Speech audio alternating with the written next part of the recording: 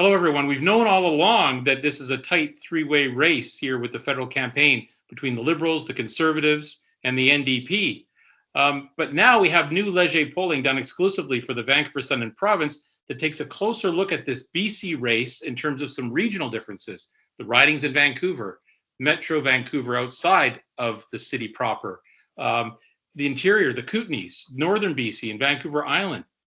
Joining us to break all this down as Election Day approaches is Leger's Executive Vice President, Andrew Enns. Welcome, Andrew. Great to be back with you, Harold, and appreciate the opportunity to talk about our Leger polling. Yeah, great stuff again this week. So stepping back a little bit for a moment, looking at those BC numbers, where do we stand today compared to how things were tracking for the parties up to this point?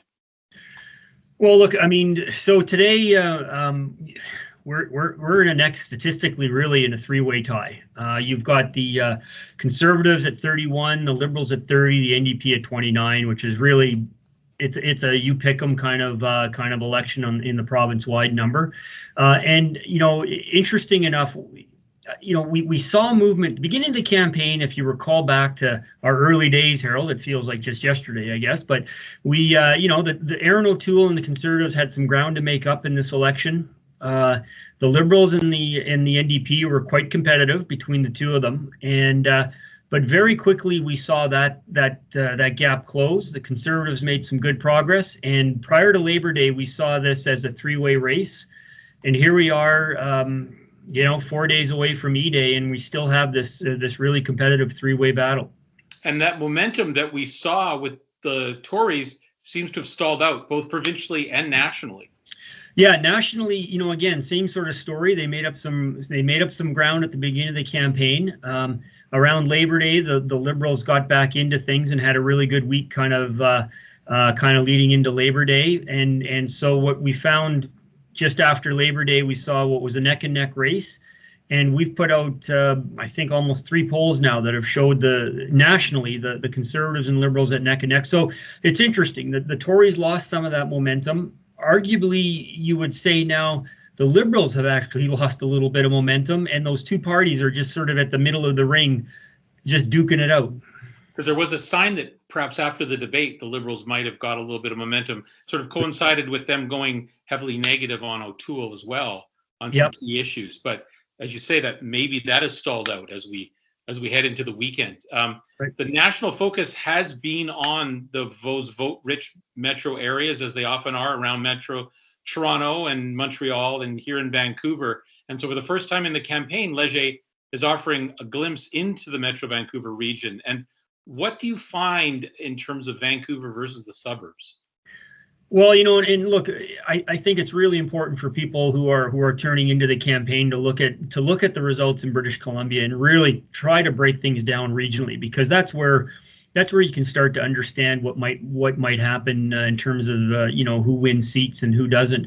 In Metro Vancouver, the Liberals are polling quite well, and traditionally they do fairly well. Both the Liberals and the NDP have their areas of Metro Vancouver that they're quite strong in. You know, West Vancouver, South Van, you know, North Van. The Liberals have some good strength there in 2019. Vancouver Kingsway and East Vancouver. You see the NDP obviously polling quite strong. So I see that pattern sort of holding. There are going to be the Conservatives are polling reasonably well. And depending on where their vote comes in, you could see some interesting races in, say, those really contested areas of Vancouver South, which has a history of kind of going back and forth between Liberals and Conservatives. And I would say probably one of the most interesting ridings to watch in the province, Harold, will be Vancouver Granville, with obviously, you know, with no incumbent, with Miss Wilson-Raybould not reoffering. You know, all 3 parties have a little bit of history of success in that area, and I think the NDP will be viewing this as a potential pickup for them, because you know, it's just there's been with Miss Raybould's book coming out, and you know, obviously not reflecting that great on the Prime Minister. In addition, there's been some, and you would know this better than me, but a little bit of controversy around that Liberal candidate in that riding regarding his real estate activity. So it'll be quite interesting. Yeah, and the NDP has a strong environmental candidate there, so that could again draw the Green vote, which, as we know, is important. You know, you look at these competitive situations, and we see, at least in the suburbs, the Liberals and the Tories just neck and neck.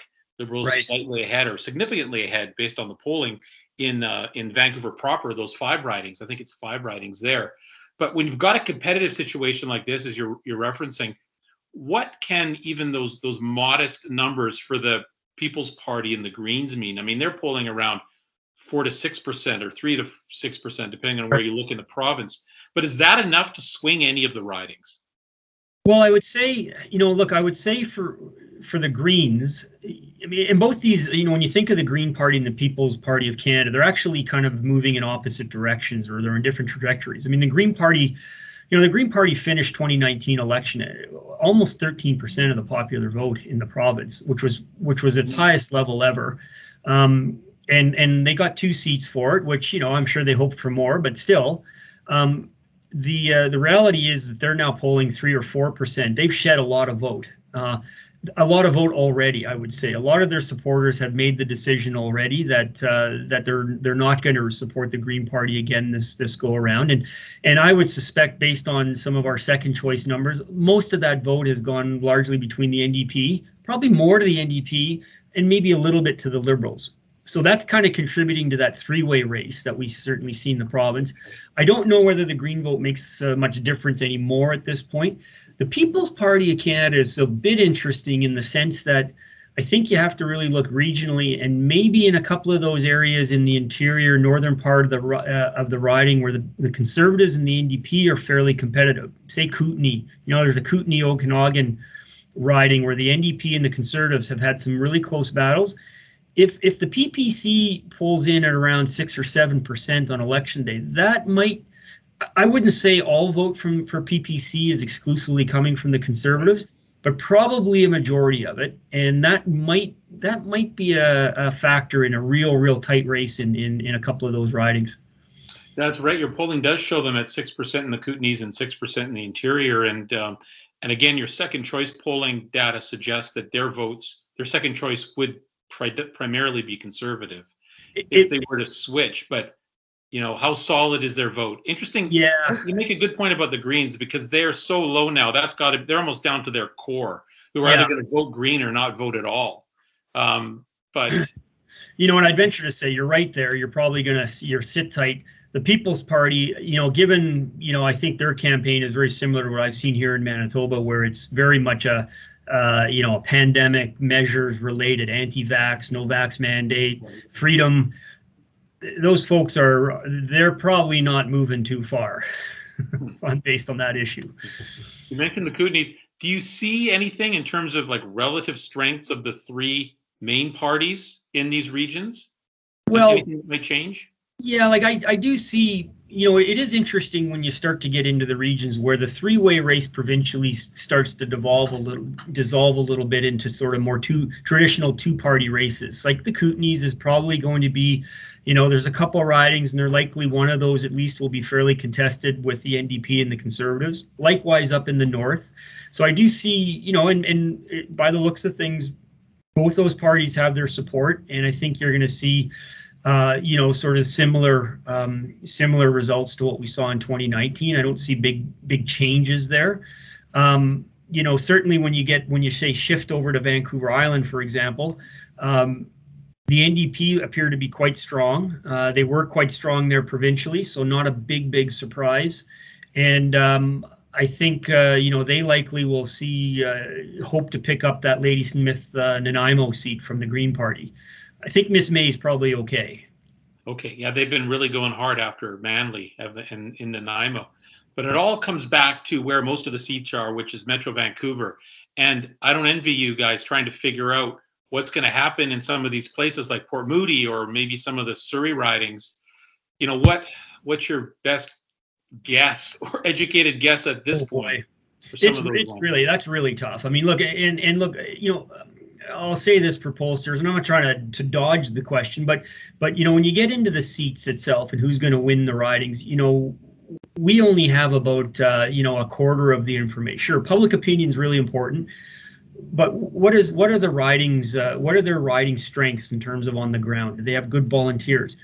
For example, I mean, unless I read your newspaper fairly regularly, Harold, I wouldn't necessarily know that the Liberal candidate in Vancouver, Granville, has had some issues with on the real estate side. That's a kind of a handicap that you might have to take into account when you look at that Liberal support in Metro. I think I wouldn't surprise me to actually see not a lot of change in terms of seat distribution in BC at the end of this election.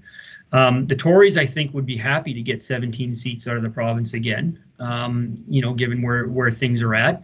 And there's a chance they might. They're going to look hard, at retaining what they've got. And then they'll be opportunistic, maybe with a South Surrey White Rock that they came close, with the Liberals. They may may hope for that. I think the NDP are going to look that opportunistic green seat on the island. And, they may have hopes on, again, sort of some of those Port Moody, Burnaby and Coquitlam areas where they think maybe they can have an advantage. But the splits make it so hard to determine ultimately who, because the winner is probably going to win potentially with less than 40%. Right. Yeah. So who gets to the polling stations? Who's already voted? I mean, that's also the other complicating factor, I guess, with advanced polling and mail-in ballots, and how many were influenced by all the various things that have happened in the final days. And if you've already voted, it doesn't impact you at all. Yeah. And really close results.